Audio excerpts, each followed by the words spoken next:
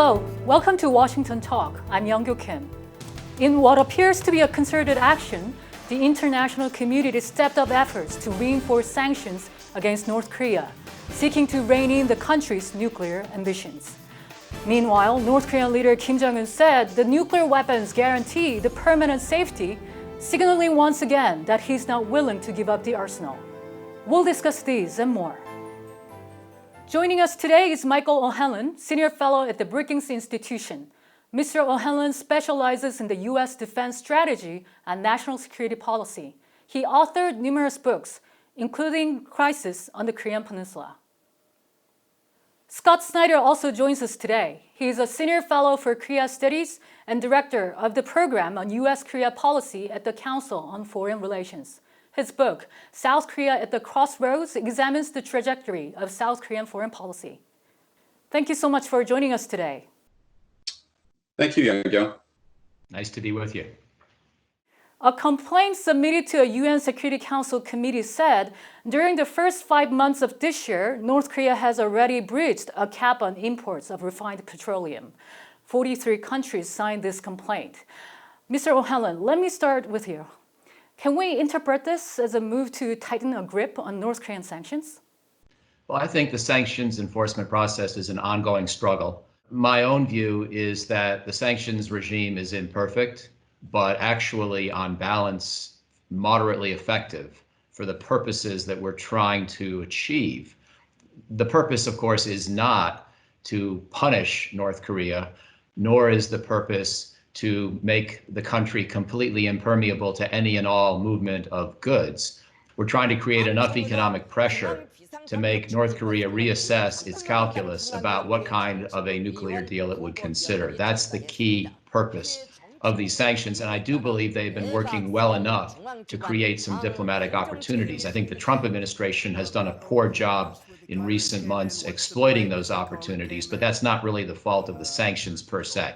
So yes, there's a long ways to go. Yes, we need improvement and constant vigilance, but this is not a failed policy. The sanctions are causing perhaps 3 to 4% negative real growth each year in North Korea, and that creates some pressure. Mr. Snyder, do you agree to this? Yeah, I agree, but the key issue that really is being focused on is essentially a flouting of sanctions by member states, China and Russia. And I think that what's really striking is that we have 43 countries that are going on record pointing their finger at other member states who have essentially enabled and allowed these ship-to-ship transfers of petroleum to go forward. And the fact that this is the second year suggests that it's a significant step where we have member states who have agreed to enforcement of an aspect of the sanctions regime that they're actually not implementing. One of the cited reasons that China and Russia are having difficulties implementing sanctions was that these two countries have problems in translating metric tons into barrels. Mr. Snyder, is this a proper excuse, or are China and Russia really trying hard to cover for North Korea? Yeah, I think that the excuse of not being able to do math is kind of a silly excuse to block the fact that China and Russia are not adequately implementing the sanctions regime. And I think the real problem is that the Sanctions Committee has been presented with photographic evidence and detailed evidence that this is an ongoing effort that probably involves complicity with Chinese authorities. Certainly they are aware, and yet nothing has been done about it. Mr. O'Hanlon, you earlier mentioned about how North Korea's economy was hit by these sanctions, but how serious is it right now? My own sense is that, the sanctions are sort of causing about half as much pain as they might if they were being fully and properly implemented. I have to admit that I'd be nervous if they were completely airtight, in the sense that I'm not sure Kim Jong-un could tolerate that. And I'm not sure if he wouldn't return to the brinkmanship of 2017. There's always the possibility North Korea could wind up not so much deliberately attacking the United States or South Korea perhaps, but trying brinkmanship in order to grab the world's attention for a situation that it found intolerable. This week, UK's regulator has issued guidance highlighting North Korea's sanctions evasion behaviors in maritime trade. And EU's first cyber sanctions included a North Korean firm, which is believed to be behind cyber attacks such as WannaCry. I think that the story about the European Union applying sanctions for cyber activities, this is new, and I think it's important that the Europeans are taking this step because the next step, perhaps in the North Korean sanctions evasion manual, really has been very focused on building up cyber theft capabilities. And it's clear that this is both a problem and it's seemingly an effective means by which North Korea has been able to raise cash in order to get around some of its economic difficulties. Now, I want to shift our focus to U.S. military exercises in the Indo-Pacific region. The South Korean government has confirmed that South Korea and the United States will stage a major annual exercise this summer. There is still much speculation over the scale of the joint military exercise, which has drawn keen attention following the cancellation of the spring exercise due to the coronavirus pandemic. Mr. O'Hanlon, how important is the scale of the exercise at this particular moment? Well, I've been of the view for a long time that we can actually make do without the big exercises. And as long as we replace them with a lot of smaller exercises.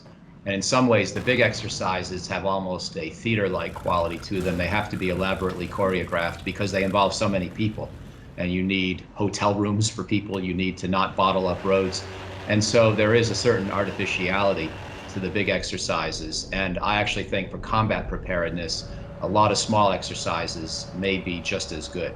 Now, there's a debate about that within military circles. Not everyone agrees with me. I would acknowledge that. I would also acknowledge there is a political issue about what message you are sending by being willing to do a moratorium on big exercises. But on balance, I think that if we have a de facto tacit understanding with North Korea that they're not going to do long-range missile and nuclear tests and we're not going to do big exercises, that's a good deal for us. I think the value that we get from the moratorium on North Korean ICBM and nuclear testing is actually much more valuable to us than any kind of mitigation of US ROK combat capability that may result from an indefinite suspension of large exercises. So I would be very careful about jeopardizing what's become, I think, a tacit understanding between the two sides on that point. And I would try to keep these exercises fairly modest in scale. Yeah, well, Mike makes some excellent points, especially about the risks of avoiding igniting a renewed cycle of escalation by trying to ramp up exercises in a way that might induce a North Korean escalatory response. But at this moment, it seems that the COVID virus has taken the issue of large-scale exercises off the table. And the other factor is that so far we haven't seen North Korea really responding diplomatically. And so I do think that we have a dilemma in terms of how to effectively ensure readiness. I agree with Mike that the revised exercise plans appears to be satisfactory from a readiness perspective for USFK. But the political signaling right now is very complicated because North Korea has been so reticent to come to the negotiating table. Right. In the meantime, North Korean leader Kim Jong-un made remarks that the country's nuclear deterrence will permanently guarantee national security. Mr. O'Hanlon, is this statement aimed at future negotiations with the U.S.? Well, it's been clear for a long time, I think. Going back to my former colleague Jonathan Pollock's book about North Korea's nuclear program 10 years ago, and probably much longer than that, and I think Scott's written about this, the North Korean regime is very committed to its nuclear program. And it would take a lot for Kim Jong-un to give it up. I don't overinterpret any one comment of that type, but it's consistent with longstanding North Korean dedication to sustain its nuclear program. For Kim Jong-un, it would almost be a repudiation of the family legacy, as my colleague Jung Pak wrote in her great book that came out this year on Kim Jong-un. And also it would be throwing away the wisdom that the North Korean regime gained when it watched Saddam Hussein be overthrown because, in part, he didn't have nuclear weapons. Muammar Gaddafi was overthrown when he did not have nuclear weapons. The Taliban were overthrown in Afghanistan. They also lacked nuclear weapons. The lesson seems to be don't risk being in a war with the United States if you don't have a nuclear deterrent. And so until North Korea would have a great deal of confidence that there was a permanent peace regime that it could rely upon on the Korean Peninsula, it's not going to give up its nuclear arsenal, or at least not the entirety of the arsenal. Now, my view is North Korea has nothing to fear from the United States or South Korea, so it should be willing to give up its arsenal. But that's my conclusion sitting here in Washington, D.C., and that's not the way that the North Korean leadership tends to think.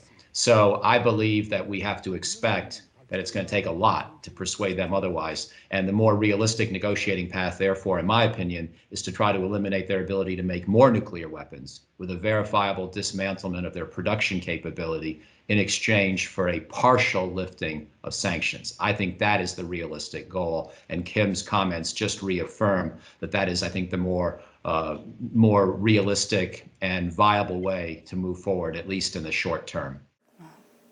Mr. Snyder, what did you take away from Kim Jong-un's remarks?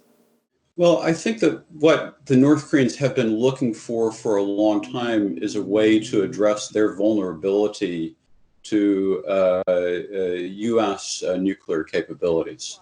And so what was very interesting, I think, in Kim Jong-un's statement is his emphasis on the idea that mutual deterrence can help make North Korea safer.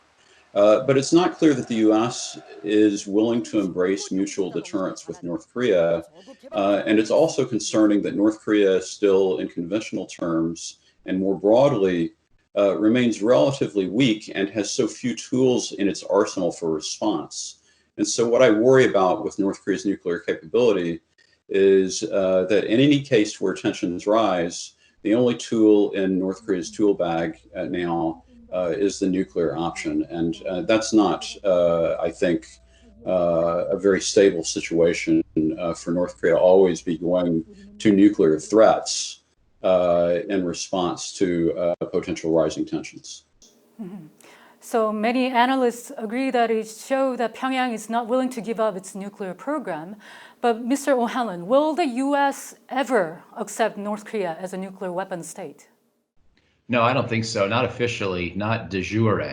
I would never think the United States should accept that formally. It would have implications not only for Northeast Asia, but for global nonproliferation principles. And therefore, the best we can do and the most we can do, I think, is sort of look away, tacitly acknowledge we're not going to be able to get rid of that weapons capability in the short term and focus on more achievable goals for the foreseeable future. Mr. Snyder, in the short term, how will the U.S. manage this kind of pressure tactics from North Korea? How will it respond, especially with the presidential election just 3 months away? Well, honestly, I think that the immediate desire of the Trump administration is just to wait until after the election. Obviously, for a potential Biden administration, that also involves waiting. And so in many respects, I think the question is, what steps is North Korea taking to set up for a re-engagement in the spring of 2021? And how do we interpret North Korea's goals in the context of that re-engagement? And here I think that what the North Koreans really want to do is to present themselves as an entrenched nuclear state in an effort to actually take denuclearization off the agenda for a new administration. I think Mike has indicated very good reasons why that is probably not going to be possible from the U.S. side, but I do think that what North Korea really wants is détente, not denuclearization, while the U.S. continues to insist that détente can only occur in the context of denuclearization.